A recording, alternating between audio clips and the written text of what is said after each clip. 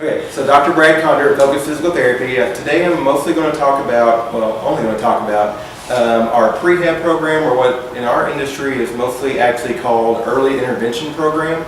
It's a program that is intended to help workers as far as getting to them early, making sure we get taken care of their MSD, which is musculoskeletal disorders, and to help them not lose time from work, get all the answers they need for all of their MSD complaints, whether it be work-related or non-work related. But it is intended mostly to save claims and costs for the employer. Make sure the employee stays on the job, gets all their MSD taken care of early, and get it.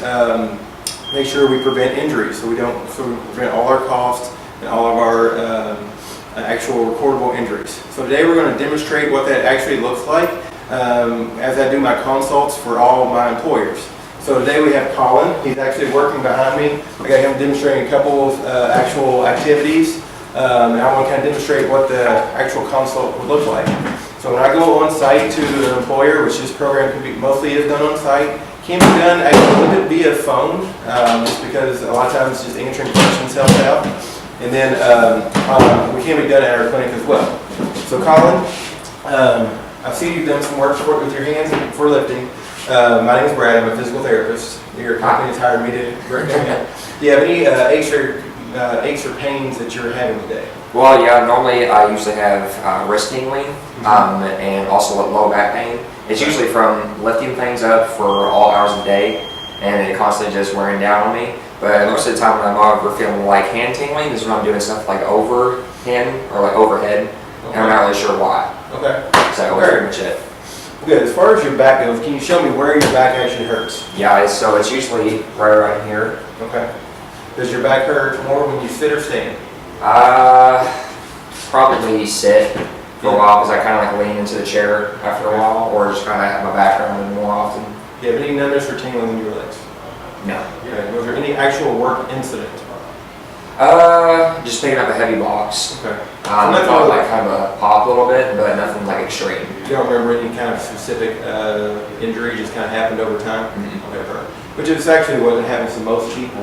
Most of the time it's not really a work incident, it's something that happens over time, which is another use of what we're here for. Oh, okay, so what I want to do today is I want to kind of do a couple easy tests, kind of tell you a little bit more about what you have going on, and then I'm going to kind of give you some ways that we can help take care of this so we can get you feeling better at work. Sweet. Sound okay? Yeah. So first thing is I want you to face toward me, feet together. Okay, I'm going to take a look at your spine, okay? All right. Kind of take just a physical kind of look at as far as what he's got going on. Sometimes even touch, see if they have actual tenderness. Okay, do me a favor, do me a forward bend and tell me how that feels. And increased pain or decrease? I'd say a little bit of an increase in that same spot. Okay. Backward bend. Good. Okay, that's good. So just before I kind of go on, a couple of things about the interventions we can do. So well, the first thing a physical therapist is going to do, and why a physical therapist is best for this type of environment, is that we're the musculoskeletal experts. And there is research showing that our interviewing skills and our ability to just take simple tests and measures and kind of extrapolate those out as far as what their actual problems are, it gives us a lot of clues of what he has going on. So we were able to kind of identify he didn't really have a work incident, but he does have pain with work and with working activity, which is different, and it kind of makes it different as far as the recordable injury rate, but he does still need help so we don't actually have an incident in the future. So from that simple range of motion, I can kind of tell him that he might be having more muscle or joint strain, or he might be having more disc strain. Either way, we're not giving him a diagnosis. We're just giving him ideas of what structures are hurting, and also it gives me an idea of what his limitations are for range of motion. Now, as far as some of the interventions that can be done, this is an important part of the early intervention program. Is OSHA does allow us to do certain interventions that are not physical therapy treatment. The first thing is education. Another thing is testing. We can also give them education on ice and heat, how to use over-the-counter medications. We can also do kinesio tape, which is very helpful. I can make up a comprehensive strength and conditioning program that can be somewhat body specific, but it's not prescribing exercises, which is important. Part of the program that we do in the very beginning. So we're not actually giving him exercise, but he has available to him exercises that he's already been trained on through the company that I have made up. Some other interventions, let's see, we can do some bracing. Like for his wrist that we'll get to, we can do soft braces. We cannot do rigid braces. That'll trigger a reportable injury. But all these interventions are within OSHA standards, and we can actually do a little bit of massage. And we can't do all of our manual therapies, but we can do some massage if needed. All that interventions can actually stem and keep away his actual injuries once we do this program. So after that, I kind of saw that he has some limitations on flexion. So I would give him maybe a pamphlet or a handout that he already has available to him and promote that he does his exercise like he's supposed to be doing. Hopefully he's already also been trained in warm-ups. That's something we do as part of the program. Also too, I'd educate them on ice and heat. Have you put ice on your back? Not that much. It's usually heating pad. Okay. A lot of people do that, and that's okay. It's just kind of a lack of education, knowing that ice is a natural anti-inflammatory, and one of the first things we want to do to get that taken care of. Have you tried any of the exercises for your warm-ups yet? Some. Not too many though. Do some of them help? They do. Okay. Yeah. Are you doing them every day? That's what I'm really bad about doing, is the consistency. Okay, good.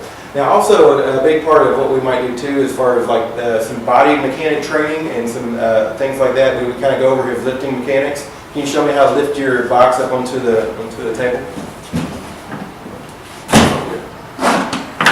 Which his form wasn't horrible, but we might go over a little bit as far as where his legs are and making sure to maintain that neutral posture. And also just kind of review the job itself. That kind of goes a little bit farther into ergonomics, which we can do, but it's not necessarily always a big part of the early intervention program.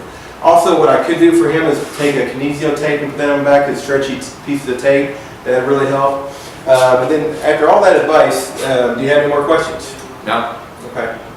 We would probably talk about a little bit more as far as the actual pathology. Sometimes I'll pull out my iPad and actually do education on here as well. Kind of let him know that he's doing okay and this is a common issue and that we make sure all the self-care is correct. And then we would follow up every single week until we get better. On average, I see all my clients on site for about 6 consults until they fully resolve their issue.